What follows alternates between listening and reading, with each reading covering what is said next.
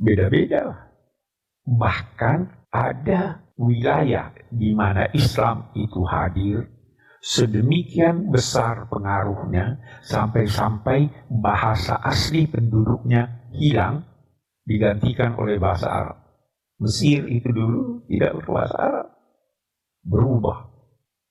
Kita di Indonesia juga begitu, tapi tidak sampai berubah kita punya bahasa. Namun kalau sebelum kemerdekaan atau ada masa-masa kemerdekaan, itu banyak sekali istilah-istilah Arab yang masuk dalam bahasa Indonesia. Dewan Perwakilan Rakyat, semua bahasa Arab itu. Majlis Permusyawaratan Rakyat, banyak. Nah, karena adanya pengaruh budaya itu, karena adanya perbedaan pemikiran itu, lahirlah beberapa ragam pemahaman tentang Islam. Imam Abu Hanifah di Irak sangat mengandalkan akal, karena beliau jauh dari sumber hadis. Terkadang ada hadis dia tidak tahu. Imam Malik yang ada di Madinah, tidak pernah keluar dari Madinah, pemahaman keagamaannya menjadikan dia berkata, saya menjadikan dasar pengamalan penduduk Madinah. Apa yang diamalkan penduduk Madinah, walaupun ada hadis lain yang Anda nilai sahih, saya jadikan ini pengamalan. Beda-beda kan? Datang lagi perbedaan. Nabi tidak menentukan sesuatu ketetapan atau petunjuk. Itu terlukis, ada seorang yang diutus Nabi ke Yaman, Mu'adz bin Jabal. Nabi bertanya kepadanya, kamu kalau sampai di Yaman, saya kan jauh, kamu mau menetapkan hukum atas dasar apa? Beliau berkata, saya cari dari Al-Quran. Kalau kamu tidak temukan di Al-Quran, bagaimana? Saya cari dari sunnah. Kalau tidak temukan, mana? Saya gunakan pikiran saya. Ajtahidu bi ra'yi. Maka Rasul gembira sambil berkata, alhamdulillahilladzi waffaqa rasulillah ila ma yuhibbu rasulullah. Segala puji bagi Allah yang telah memberikan bimbingan kepada utusan-utusan Allah. Waktu itu utusan Rasul, utusan-utusan Allah menuju apa yang disukai, disetujui oleh Rasulullah. Mulailah peranan akal. Ya kan? Kalau sudah masuk peranan akal, akal kita beda-beda dong. Imam Syafi'i beda akalnya dengan Imam Malik. Hasil pemikiran dipengaruhi oleh banyak hal. Pertama, perkembangan masyarakat. Itu mempengaruhi. Budaya setempat itu mempengaruhi. Kecenderungan pribadi, ada orang yang keras. Itu kata Rashid Ridha. Kita ini dalam bidang ekonomi 90% kita haramkan karena hati-hati. Ada orang sangat hati-hati. Udah tidak usah deh. Tapi ada juga kan orang mencari kemudahan. Oh, ini ada jalan. Timbullah perbedaan pendapat. Ditambah lagi, bahasa itu bisa mempunyai interpretasi berbeda-beda. Bahkan ada kata yang mempunyai makna yang bertolak belakang. Anda mau pilih yang mana? Wal mutallaqat yatarabbasna bi anfusihinna taqulu. Orang yang dicerai dan belum jelas, wanita yang dicerai belum jelas apakah dia hamil atau tidak, dia harus menanti 3 quru. Quru apa artinya? Suci, 3 kali suci. Ada yang berkata tidak, 3 kali haid, bertentangan. Itu panjang dan pendeknya menjadi sangat berbeda, ya kan? Ada kata yang saya pahami dalam pengertian majazi, metafor, ada kata yang saya pahami dalam pengertian hakiki. Nikah itu apa artinya? Nah, apakah nikah itu berarti hubungan seks? Atau nikah itu berarti akad? Nah, ketika kita baca firman Allah, wala tankihu ma nakaha aba'ukum minan nisa. Janganlah menikahi wanita-wanita yang dinikahi oleh bapakmu. Nah, apa artinya? Seorang bapak nakal berhubungan seks tanpa akad dengan seseorang. Boleh tidak anaknya kawin sama wanita yang sudah dihubungi oleh bapaknya? Nah, sudah beda pendapat. Ada yang berkata tidak boleh, karena dia sudah hubungan seks. Ada Imam Syafi'i berkata tidak, itu boleh, karena dia belum ada akad nikah. Ini contoh yang mengakibatkan perbedaan pendapat. Ya kan? Nah, banyak sekali faktor. Kalau orang belajar dan tahu ini, dia akan sangat toleran. Dia gak punya dalil kok. Ada yang tidak setuju Salafi. Ada dalilnya itu. Ada dalilnya juga. Ada yang tidak setuju Syiah. Ada dalilnya juga itu. Sehingga lahir berbagai mazhab. Paling sedikit ada 8 mazhab yang diakui oleh ulama-ulama Ahlus Sunnah wal Jamaah. Itu belum lagi pendapat-pendapat pribadi. Saya teringat dulu almarhum kita punya kiai besar Profesor Ibrahim Hussein di Majelis Ulama nih.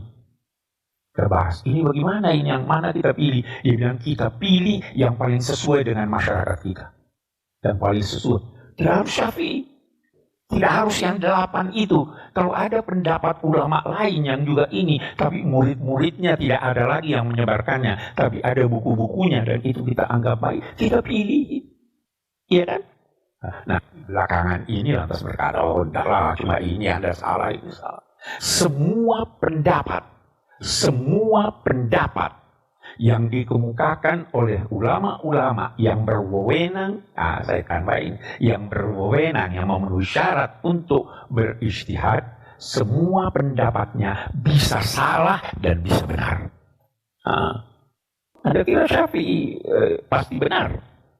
Bisa benar, bisa salah. Anda kira fatwa-fatwa ulama-ulama Saudi pasti salah? Bisa jadi benar, bisa jadi salah. Nah, ini satu sisi. Prinsip ini kita harus pegang.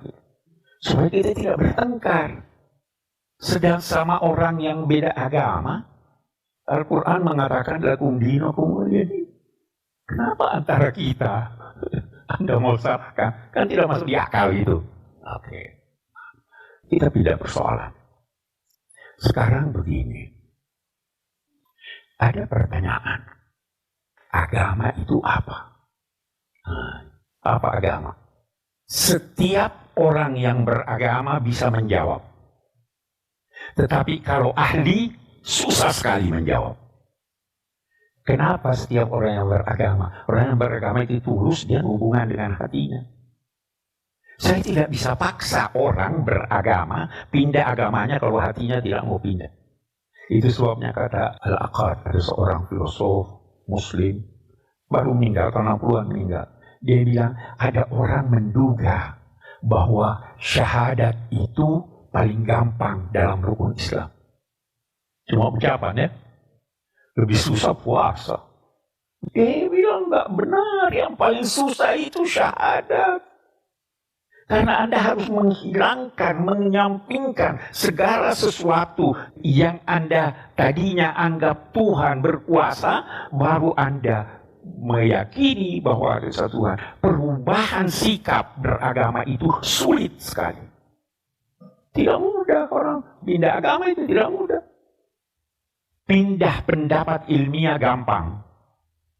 Tapi mau suruh pindah agama orang, mau paksa orang, nggak bisa. Jadi waktu Anda berkata, asyhadu an la ilaha illallah, la ilaha, Anda nafikan dulu, baru katakan, itu sulit sekali kalau kita mau hakikatnya. Tapi kalau cuma ucapan, Tuhan tidak mau ucapan. Ya kan? Oke. Agama banyak sekali pendapat menyangkut agama. Definisinya banyak sekali. Menganggap semua kewajiban adalah perintah Tuhan. Itu Immanuel Kant. orang Jerman, filosof. Semua kewajiban Anda itu perintah Tuhan. Sampai dia dikenal filosof wajib. Wajib mengikuti lampu lalu lintas enggak? Perintah Tuhan. Itu agama. Ada yang berkata agama itu pengabdian kemanusiaan. Bagus nih. Mengabdi untuk manusia. Ada yang berkata agama itu adalah upaya meneladani Tuhan. Jadi itu agama. Islam adalah agama. Ya kan? Sekarang, kenapa perlu ada agama? Tuhan, kenapa kamu kan tidak butuh? Kenapa kamu menetapkan taklif, menetapkan suatu kewajiban kepada kami? Kenapa harus sholat? Kenapa harus puasa? Mau usah. Bahkan bisa. Kenapa harus banyak agama? Mau tidak usah banyak agama, langsung aja kamu semua masuk Islam. Ya, kenapa harus begitu? Nah, manusia ini beda dengan makhluk lain. Sangat terhormat. Karena dia diberi akal. Binatang tidak beragama. Malaikat sebenarnya tidak beragama. Dalam pengertian kita ini. Karena dia sudah otomatis. Manusia diciptakan, diberi kebebasan untuk memilih dan memilah. Binatang tidak. Gunung tidak. Kita manusia. Kamu harus pilih. Silahkan. Man sya'a fal yu'min, wa man sya'a fal yakfur. Siapa mau beriman, silahkan beriman. Siapa mau kafir, silahkan berkafir. Siapa mau syafi'i, silahkan syafi'i. Siapa yang mau maliki, silahkan maliki. Siapa mau syiah, silahkan syiah. Siapa yang mau wahabi, silahkan wahabi. Ya kan? Tidak diberi pilihan. Kenapa ya Allah harus salat? Itu untuk menjaga kamu. Itu untuk memelihara kamu. Itu kepentingan kamu. Kenapa harus zakat? Itu kepentingan kamu. Saya suka kamu. Kamu makhluk yang terhormat. Ya kan?